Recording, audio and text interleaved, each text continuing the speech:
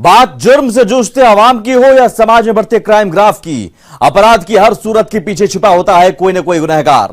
नमस्कार, मैं हूं आपके साथ सुमित झा। तफ्तीश की राह में आने वाली हर कड़ी सुराग बनकर पहुंचाती है गुनहगारों को सलाखों के पीछे। तो आप बने रहिए हमारे साथ, क्योंकि हर जुर्म के खिलाफ हमारी तफ्तीश लगातार जारी है।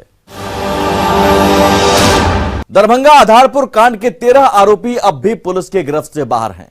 मामले में दरभंगा एसएसपी बाबूराम ने आरोपियों को सख्त हिदायत देते हुए जल्द से जल्द सरेंडर करने की नसीहत दी है। फरार रहने पर सभी आरोपियों के घर की कुर्की जब्ती का भी आदेश दिया है। विभिन्न सामाजिक संगठनों और राजनीतिक दलों की तरफ से भी आरोपियों की शीघ्र गिरफ्तारी की मांग उठ रही है। तफ्तीश में देखिए दरभंगा आधारपुर कांड की पूरी रिपोर्ट। आधारपुर कांड के आरोपी अभी भी फरार। पुलिस ने 2 आरोपियों को किया गिरफ्तार। फरार आरोपियों पर दरभंगा एसएसपी सख्त, जल्द से जल्द सरेंडर करने की दी नसीहत। सरेंडर नहीं करने पर होगी घर की कुर्की।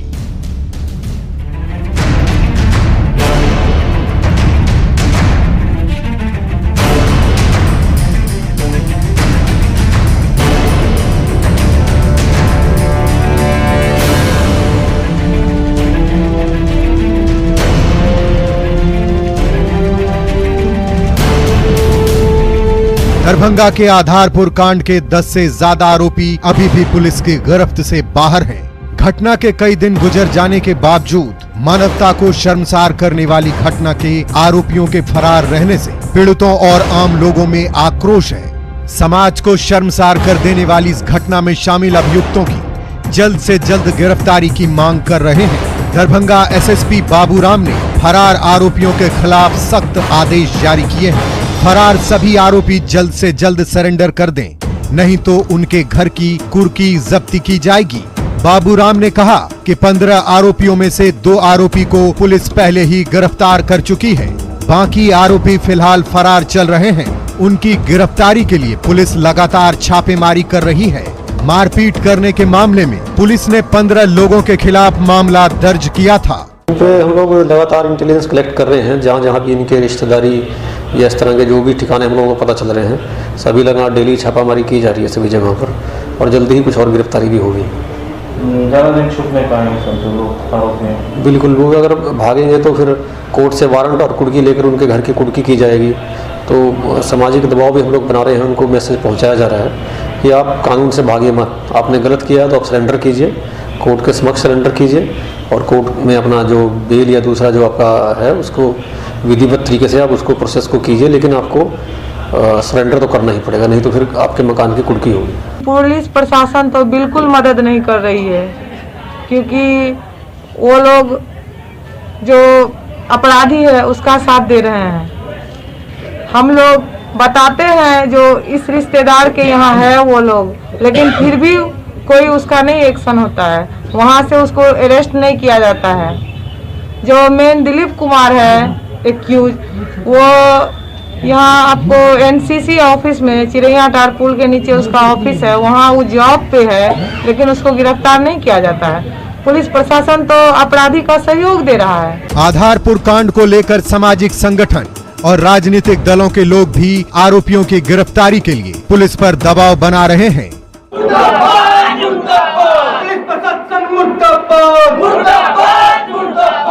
आधारपुर गांव में हुए अमानवीय घटना के विरोध में एमएसयू कार्यकर्ताओं ने बाइक रैली निकाली।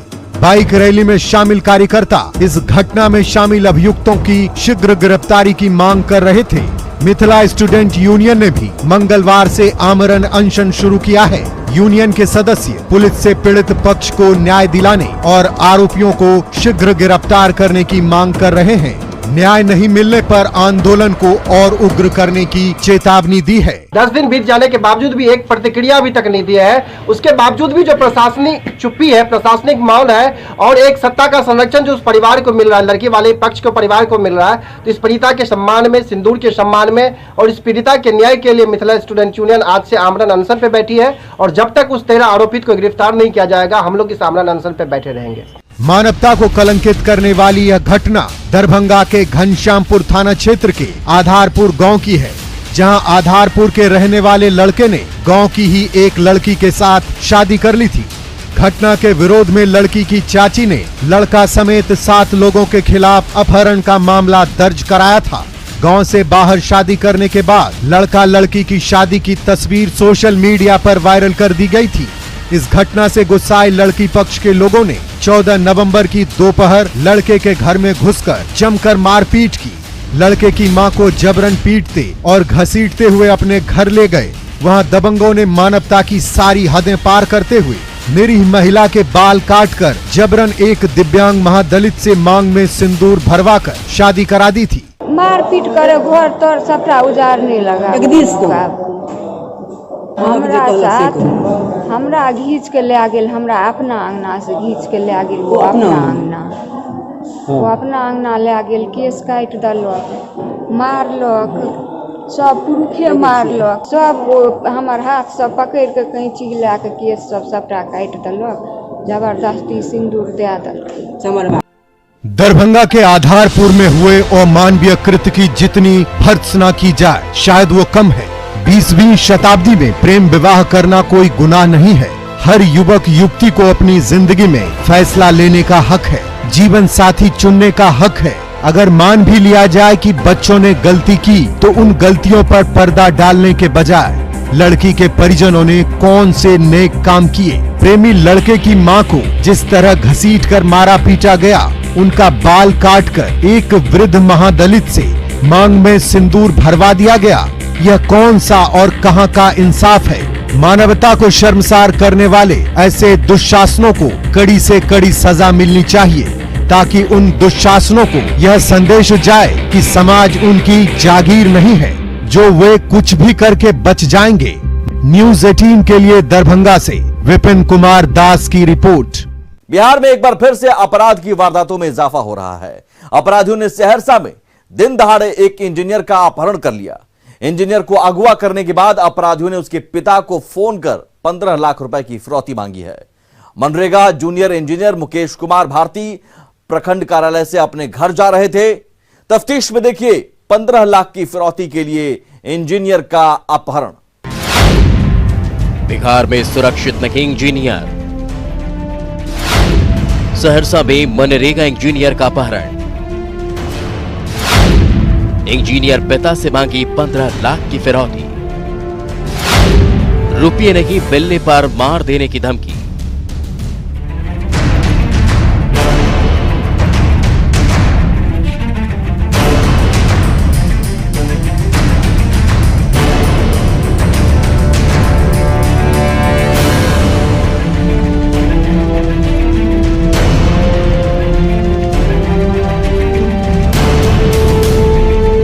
बिहार में अपराधियों का हौसला इस कदर बुलंद हो चुका है कि जहन में पुरानी यादें ताजा हो जाती हैं। अपराधियों ने सहरसा में दिन दहाड़े मनरेगा के जूनियर इंजीनियर का अपहरण कर सनसनी फैला दी।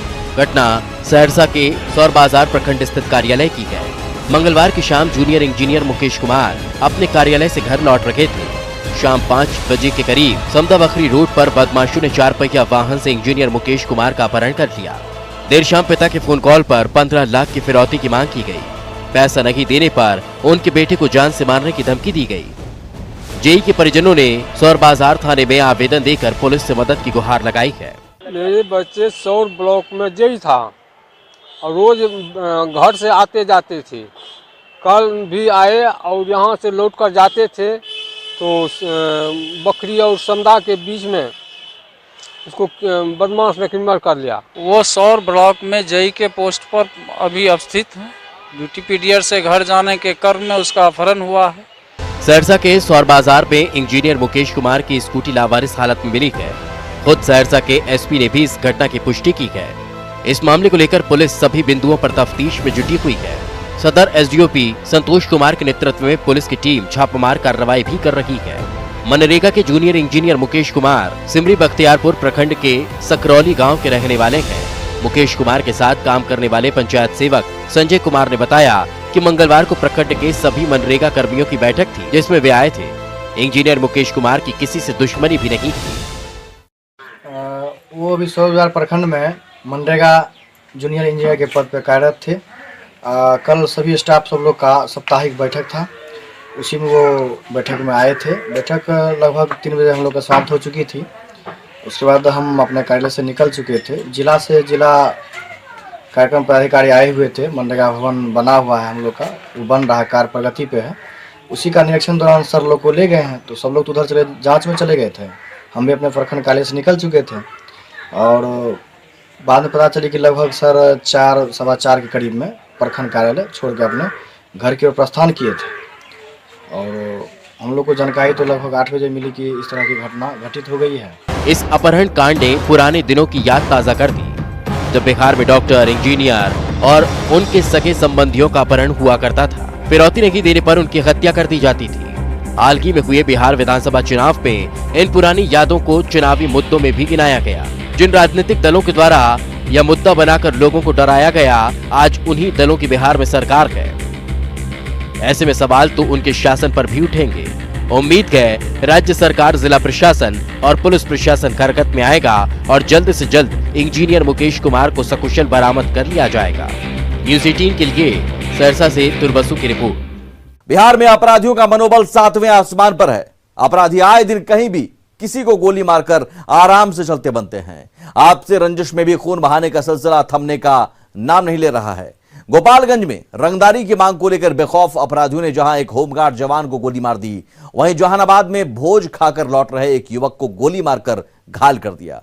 जबकि मधेपुरा में पुरानी रंजिश में एक युवक पर अंधाधुंध फायरिंग की गई। तफ्तीश में देखिए बिहार के बेखौफ अपराधी। बिहार में अपराधियों का मनोबल बढ़ा। बेखौफ अपराधी पुलिस को दे रहे चुनौती। गोपालगंज में होमगार्ड जवान को मारी गोली। जहानाबाद में बाइक सवार को बनाया निशाना। मधेपुरा में युवक पर की अंधाधुंध फायरिंग।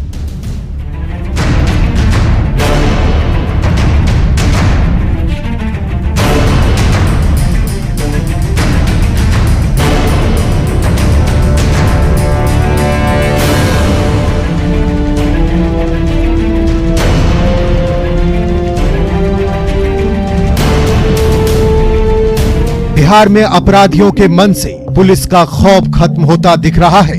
बेखौफ अपराधी वारदातों को अंजाम देकर पुलिस को खुली चुनौती दे रहे हैं। ताजा मामला गोपालगंज के नगर थाना क्षेत्र स्थित एक डेरवा गांव की है, जहां अपराधियों ने मॉर्निंग वॉक पर निकले एक होमगार्ड जवान को गोली मार दी। गंभीर रूप से घायल 55 वर्षीय होमगार्ड जवान भोला सिंह ने बताया कि सुबह वे टहलने के लिए घर से निकले थे और जैसे ही वो गांव के बाहर पुल के पास पहुंचे, 2 अपराधियों ने उन पर फायरिंग शुरू कर दी। गोली लगने से घायल भोला सिंह किसी तरह जान बचाकर घर पहुंचे।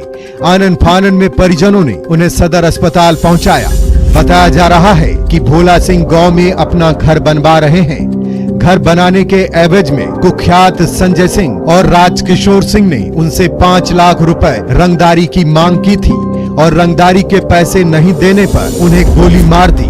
परिजनों की माने तो दोनों आरोपी पहले भी कई मामले में जेल जा चुके हैं और दोनों के खिलाफ नगर थाने में हत्या और रंगदारी का केस दर्ज है।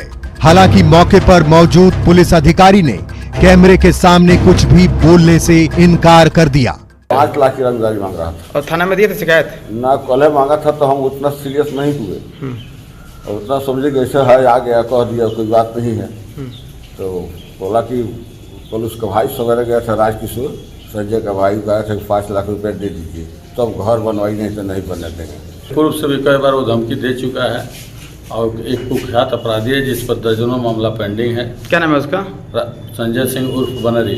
दूसरी घटना जहानाबाद के मकदमपुर थाना क्षेत्र स्थित कोयली गांव के पास की है, जहां बेखौफ अपराधियों ने एक युवक को अपना निशाना बनाया। 3-4 की संख्या में घात लगाए अपराधियों ने भोज खाकर अपने घर जगदीशपुर लौट रहे बाइक सवार युवक संतोष शर्मा को गोली मार दी। अपराधियों की गोली से घायल संतोष जान बचाकर किसी प्रकार कोयली गांव पहुंचे, जहां से ग्रामीणों ने इलाज के लिए उसे मकदमपुर रेफरल अस्पताल पहुंचाया। प्राथमिक इलाज के बाद संतोष को बेहतर इलाज के लिए पीएमसीएच रेफर कर दिया गया है। फिलहाल घटना की सही कारणों का पता नहीं चल सका है। हालांकि घायल संतोष शर्मा की माने तो आपसी विवाद में वारदात को अंजाम दिया गया है। तेल डला के आ रहे थे तो कोयली भोज था वो न्योता, तो वही पूरा करके नौतवा घरे लौट रहे थे तेलवा डाल के। मारने वाला तो 3-4 पहले से लगा हुआ था क्या? पहले से घात लगाए बैठे हुआ था? हाँ, जब हम मोटरसाइकिल सो रहा है ना, जब था तो हमको मार ही दिया। इधर मधेपुरा के मुरलीगंज थाना क्षेत्र स्थित कोलिया पट्टी में भूमि विवाद में एक व्यक्ति को गोली मार दी गई, जिससे वह गंभीर रूप से घायल हो गया। आनन फानन में परिजनों ने उसे मुरलीगंज में भर्ती कराया, जहां डॉक्टरों ने उसे बेहतर इलाज के लिए सदर अस्पताल रेफर कर दिया। परिजनों की माने तो गांव के ही लोगों से उनका पुराना जमीनी विवाद चल रहा था। इसी विवाद को लेकर जब पीड़ित अपने एक रिश्तेदार के साथ खेत में जा रहा था, इसी दौरान पहले से घात लगाए अपराधियों ने उस पर फायरिंग शुरू कर दी, जिसमें गोली लगने से वह गंभीर रूप से घायल हो गया। हमारे पापा जी केस लड़े, ओकरा पर हमरो पापा केस केलके, वो पार्टी केस केलके। दुआर लिखा देलके बड़की पुतौ के नाम से, आ पोखर पर लिखा देलके बड़की पुतौ का, दुआर लिखल के छोटकी पुतौ का। ए पर हमर बाबूजी केस केलके, संपत्ति तो हमरे ने, घर तो हमरे ने। बिहार में लगातार हो रही आपराधिक वारदातों से जहां आम लोग सकते में हैं, वहीं पुलिस और प्रशासन की कार्यशैली भी सवालों के घेरे में है। आए दिन हो रही वारदातों से पुलिस के प्रति भी लोगों में आक्रोश बढ़ता जा रहा है। ऐसे में जरूरत है कि पुलिस अपराधियों के खिलाफ कड़ी कार्रवाई करे, ताकि आम लोगों में पुलिस के प्रति विश्वास कायम हो सके। वहीं राज्य में बनी नई सरकार को भी बढ़ रहे क्राइम ग्राफ पर विशेष ध्यान देना होगा। न्यूज़ 18 के लिए गोपालगंज से मुकेश कुमार सिंह, जहानाबाद से रागिब अहसन और मधेपुरा से तुरबसु की रिपोर्ट। अब वक्त हो चला है एक ब्रेक का, हम जल्द हाजिर होते हैं। अपराधियों ने भरी पंचायत में एक मुखिया पति को गोलियों से भून दिया। आनन फानन में घायल मुखिया पति को इलाज के लिए अस्पताल में भर्ती कराया गया, जहां इलाज के दौरान उसकी मौत हो गई। गांव में दो पक्षों के बीच सड़क को लेकर विवाद चल रहा था। इसी विवाद को सुलझाने के लिए पंचायत बैठी थी। तफ्तीश में देखिए सड़क विवाद में मुखिया पति की हत्या। भरी पंचायत में मुखिया पति की हत्या, घात लगाए अपराधियों ने मारी गोली। सड़क बनाने को लेकर था विवाद, विवाद को सुलझाने बैठी थी पंचायत।